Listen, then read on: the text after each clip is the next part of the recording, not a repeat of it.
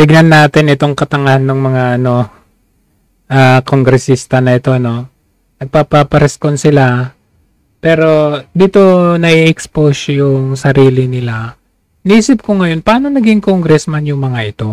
Paano sila mag-justify ng mga bagay-bagay? Hindi ko alam kung tanga ba sila, bobo, or dahil bayad sila, kaya they're justifying something na alam naman natin na isang kabubuhan. Hindi naman po porke bumaba hindi na po priority. It is one of... Paano naging, di ba, we're talking about doon sa mga binawasan, DepEd at saka yung PhilHealth, DOST, yan, binawasan yung mga yan. Sabi niya, hindi naman daw porke bumaba hindi na priority. Kung priority mo, ang isang bagay, yun ang dapat tinutukan mo at nilagyan mo pa ng budget. Tas, hindi ko alam, di ba, isang katangahan yun. Sabi, hindi raw porke bumaba hindi na priority. Hindi mo talaga yung priority. Kasi yung priority ninyo ay ponduhan yung sibunuan ng DPWH. Ponduhan yung mga buhaya dyan sa House of Congress. Imagine, from 18 billion ba yun? Ngayon, 50 billion na ang kanilang pondo dyan sa House of Congress. Tapos, ganun din sa Senado. Dinagdagan nila ng 8 billion ang pondo nila last year. So ngayon, sino ang priority? Ba't aanuhin nyo yan? Aanhin nyo yan. Plus 26 billion na ayuda ninyo, aanhin nyo yan, di ba? And it's one of the big priorities of this administration. One of the big priorities, binawasan ninyo. Hindi naman po biro yung bawas nyo na 12 billion dyan sa DepEd. Yung 10 billion na bawas ninyo sa DOST, I don't know how accurate pero ganyang kalalaki ang ibinabawas ninyo. Meron lang po mga programa na kailangan nating i-reassess. Programa? Ano yun? Ayuda? Mababang utilization rate sa nakalaang pondo para sa computerization program ng Department of Education o DepEd. Education yan. Paano yung mga estudyante? Sa ilalim ni Vice President Sara Duterte, ito ang dahilan kung bakit nagdesisyon ng Bicameral Conference Committee na alisin ang 10 billion pesos. Sinisisi nyo si VP, mababang utilization. Ngayon, bakit hindi nyo pagbigyan yung bagong secretary ng DepEd? Di bigyan ninyo, dagdagan ninyo. Tingnan natin kung underutilized pa rin ba na akusan ninyo kay VP Sara. Pero, sinisisi yung previous admin, tapos sasabihin nyo, yun yung dahilan, tapos babawasan ninyo. Hindi man yan iniisip na we're dealing about the entirety of the Philippines Department of Education dito. Malaking kabawasan po yan. Tingnan nyo, ang tutuan ninyo. Yan, Zaldico, Martin Romualdez, Grace po ang sasaya ninyo, 26 billion, 21 billion yung isa, 5 billion yung isa. Ganyan, kaya natutuwa. Pero, yung mga estudyante, yung mga may sakit, ganyan, kinawawa ninyo. Para sa 2025 computerization budget ng kagawaran, nagbigay naman ng pahayag si Education Secretary Sani Angara laban sa naturang budget cut. Ayon sa kalihim, baliktad ito sa nakagawian ng Kongreso sa nakalipas na taon kung saan baliktad, na-reverse yung trend. Dagdagan pa ang pondo para sa edukasyon. Subalit giit ni Tingog Party List nakapagtataka, di ba? Si VP Sara kailangan niya ng 2 billion mahigit. Binawasan ninyo ng 1.3 billion. Tapos, sasabihin ninyo, hindi, kailangan ng ganito. Ang dinagdagan ninyo yung ayuda. Ang dinagdagan ninyo yung mga opisina ninyo na hindi naman na kailangan. Kayo lang naman po ay magpapagawa ng batas, di ba?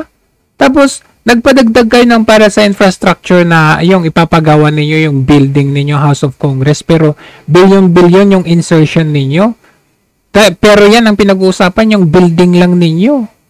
Pero ang pinag-uusapan sa Office of the Vice President, yung satellite offices, sa buong Pilipinas po yun. Luzon, Visayas at Mindanao. Representative Jude Asidre, House Assistant Majority Leader at miyembro rin ng Bicameral Conference Committee na nag-aproba sa final version ng 2025 National Budget. Dapat ayusin muna ng DepEd ang mga hamong kinakaharap nito. Paano ayusin kung binawasan ninyo? Hindi rin anya dapat ikumpara ang utilization rates ng DepEd at Department of Public Works and Highways o DPWH. Bakit? Diba, paano hindi pwedeng ikumpara? Sabi ninyo underutilized yung PhilHealth sa DepEd. Hindi ba underutilized yung flood control?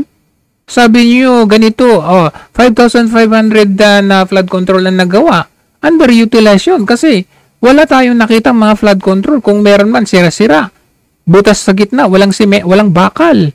Nagkaroon ng malawakang baha, lampas tao, daming namatay, nalunod. Underutilized yun. Pero anong ginawa ninyo? Dinagdagan nyo pa ang pondo, naging 1.3 trillion. Wow, ang galing ninyo. Trillion ang pinag-uusapan dito. Magandang tignan mo yung mukha mo. Mukhang busog na busog sa ano. napapanahon na ayusin muna ng DepEd yung mga... bakit hindi inayos muna ng DPWH? Hindi mo inayos muna ni Bunuan yung problema nila dyan sa ano? Sinisi pa yung barko, na nabangga yung barko, nasira yung ganito. Diba, ang galing. Sobra, wala akong masabi. Kung anumang mga challenges ang meron, Sige, especially try harder. in the utilization. The reasons for the inefficiencies in DPWH and DepEd cannot be, you can't compare apples to oranges. No? Okay, compare apples to oranges. Siyempre, mas malaki ang kita, no, sa DPWH. Mas malaki kayong makukuha doon sa DPWH kasi infrastructures ang pinag-uusapan dyan. Kaso, nasaan na nga ba ang infrastructures natin? Di ba nga lately, sira-sira yung yung minadali ninyong tapusin na project ni PRRD? Huwag niyong isisi kay PRRD yun, yung Panggil Bay na yan. Talagang nakalagay yung pangalan ni Marcos Jr., yung logo doon. Ang bilis natapos ano nangyari?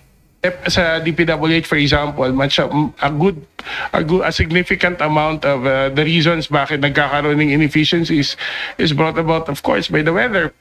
Wow, by the weather, sinisi yung weather. 748 Hindi na po bago yung weather problem sa atin kasi kahit anong dadaan na administrasyon magkakaroon ng problema, pero dapat ang gawin ninyo is to minimize the destruction ng bagyo, minimize the casualty and so on by talagang utilize the budget. Yan ang ginawa ninyo. 5,500 flood control, tapos na fact check kayo, nawala. 0.6 billion pesos na halaga ng pondo ng DepEd sa General... tignan yung binawas ninyo, 11.5 billion. Mga computers, mga libro para sa mga estudyante, dapat yan. Ano ginawa ninyo? We're talking about Luzon, Visayas, Mindanao. Appropriations Bill, naging 737.08 billion pesos ito sa BICAM approved 2025 national budget.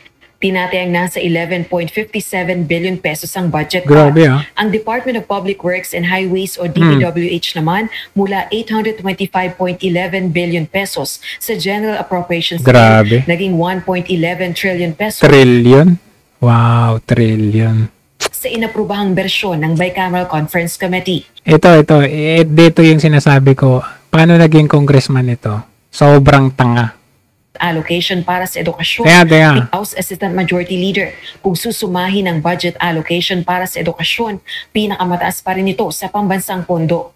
Mas mataas pa rin daw yung DepEd sa lahat. Pinakamataas daw. Tingnan ninyo ang kanyang comparison. Sobrang kabubuhan talaga, promise. Pag pinagsama-sama mo kasi yung budget ng Education, Department of Education, CHED, SUCs, TESDA, mas malaki pa rin ang budget ng nilalaan ng ating pamahalaan sa edukasyon, Kaugnay naman Pinag-compare niya, di ba nakakagulat na ganito ang klase ng natin. Siyempre ibang administrasyon yan po.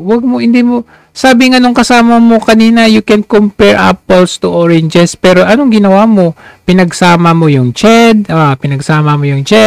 yung DepEd, yung TESDA. We are talking about DepEd only po.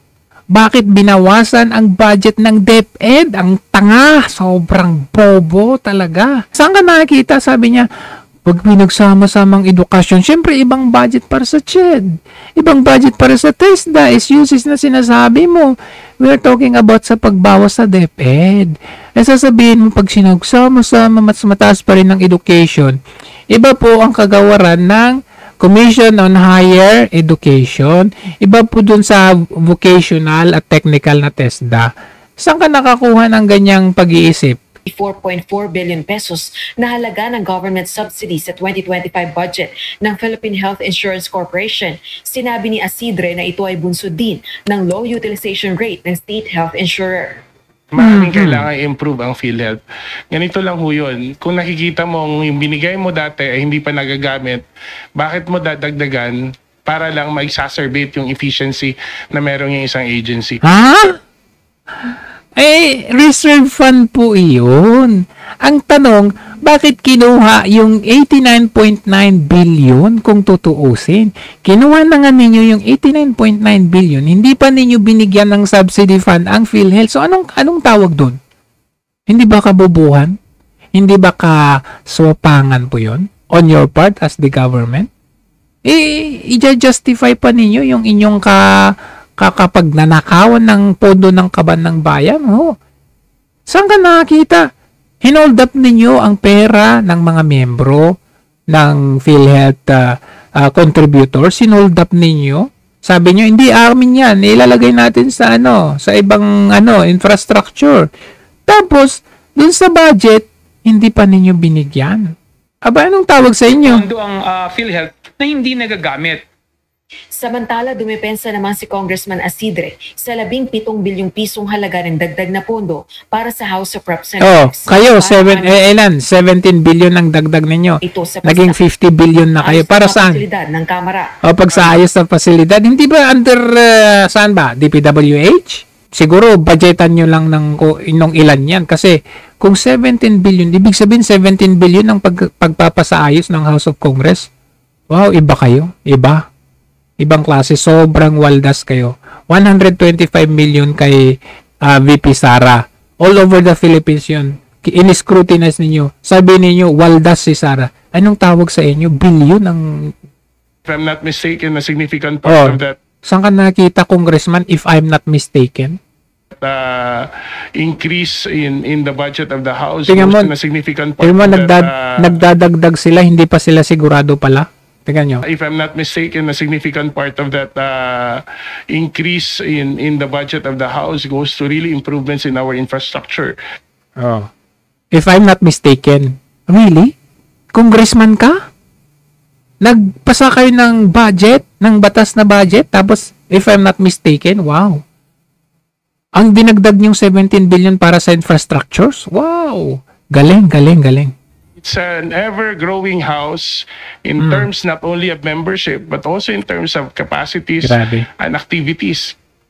Dagdag pa nito, Capacities and activities. Magkano yung binudget nung State of the Nation address? 20 million. Isang araw lang, sa SONA lang ng presidente. Meron pa doon musical production, meron pa doon pagkain, facility at kung ano-ano. Tapos ngayon, kukuha kayo ng 17 billion dagdag para sa sa mga ganyang events, facility. Wow. Hindi lang ang Kamara ang nadagdagan Galing. ng pondo, kundi maging ang Senado nagpapatayo rin Ganon ng din. sariling gusali. Ganon din, Senado. Kailangan munang lagdaan ni Pangulong Ferdinand Bongbong Marcos Jr. ang 2025 General Appropriations Bill upang tuluyang maisabatas. Siyempre, lalagdaan yan ni Marcos Jr. Bakit? Siya nga nagdepensa sa PhilHealth pag zero budget sa PhilHealth. Ibig sabihin, nakakompas din pala itong si Marcos Jr. sa natin. Kawawang Pilipinas talaga.